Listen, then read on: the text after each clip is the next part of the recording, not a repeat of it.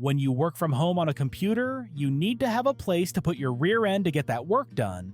I was looking around for a while and eventually found the JONPONY Big and Tall office chair on sale and decided to give it a try. Be very careful when opening this box, as there is no additional cardboard protection between the tape you are going to cut and the bottom of the chair itself. They have a graphic on the box that says not to use a box cutter on it, and they really mean it.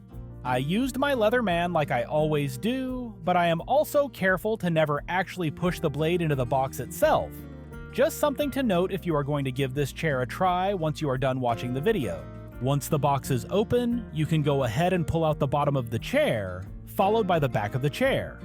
Below that is all of the various hardware you are going to need, starting with the seat base in its own cardboard packaging.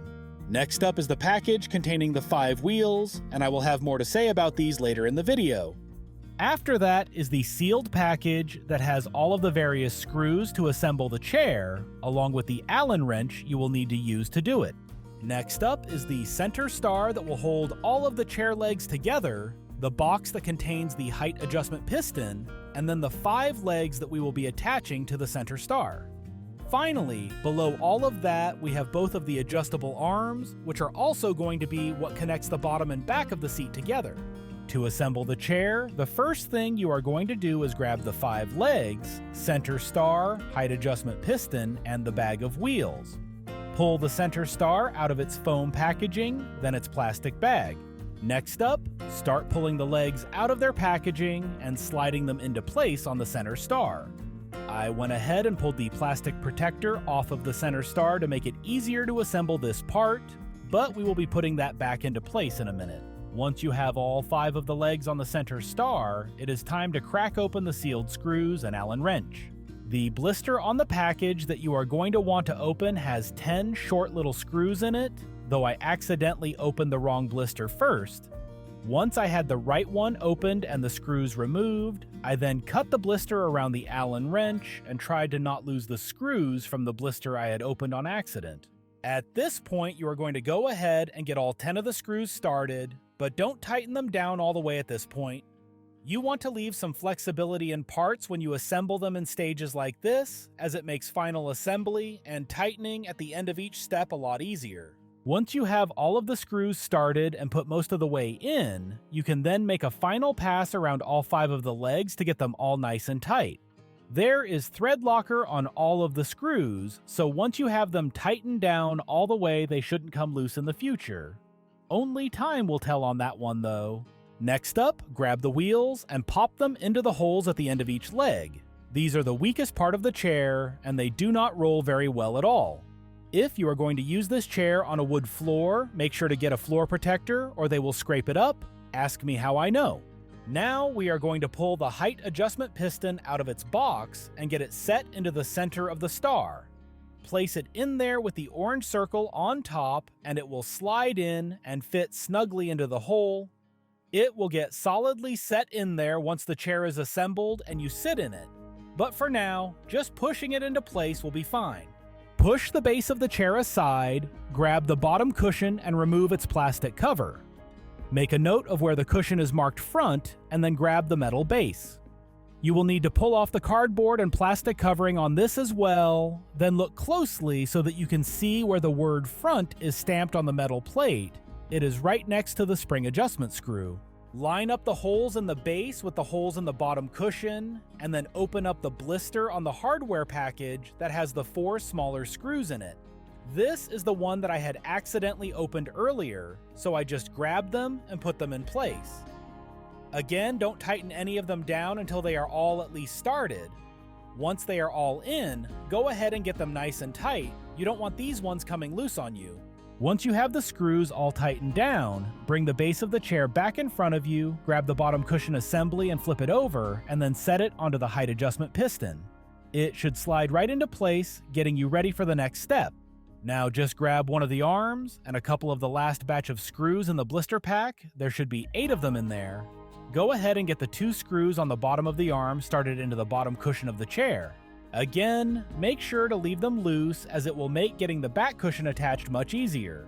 Once you have those 2 screwed in, grab the other arm and do the same thing.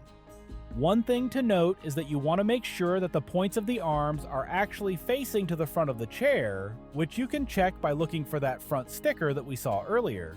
Now that the arms are in place, grab the back cushion and set it where it goes on the back of the seat. You are going to be doing the same thing that we did to the bottom cushion.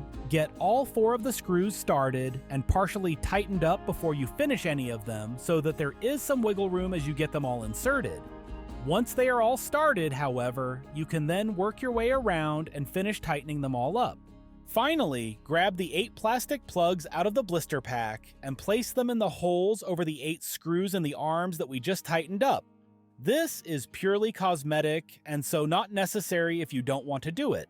It does clean up the look of the chair, however, and you do have them, so you might as well just pop them all in real quick. Give yourself a pat on the back. The chair is assembled. I am testing out how hard it is to rock the chair back and forth, and personally I prefer to be able to lean the chair back pretty easily. I ended up unscrewing this all of the way to the setting with the least resistance, but as the chair gets broken in, I will likely have to tighten that up some. I have had this chair in my office for the last month or so, and as I mentioned earlier, the wheels are by far the weakest link when it comes to the features of this chair. They are really just awful. If you already have a floor protector under your desk, or if it is going to be on carpet, then you will likely be fine and not notice anything wrong. If you have wood or laminate floors though, this is going to be a problem as they are going to scratch your floor up in pretty short order. Comfort-wise, this is a very decent chair. It isn't the most comfortable office chair that I have ever used, but then again it only cost me $70, so I cannot really complain. I was planning on just picking up the same Mainstays chair that I unboxed back when we were on the island, but they are no longer making it, so that wasn't an option. I just can't bring myself to spend a lot of money on an office chair, and now that I have a floor protector set up on the floor, this thing has been working out fine. I am able to sit in it for a full workday without my rear end falling asleep, and really that is all that I can ask for.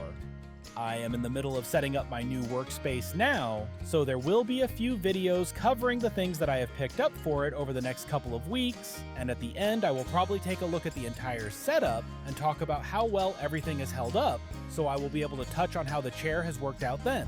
Until that point, I will go ahead and leave a non-affiliate link to this chair on the Walmart website where I picked this up, and they even had free shipping, so that was pretty great.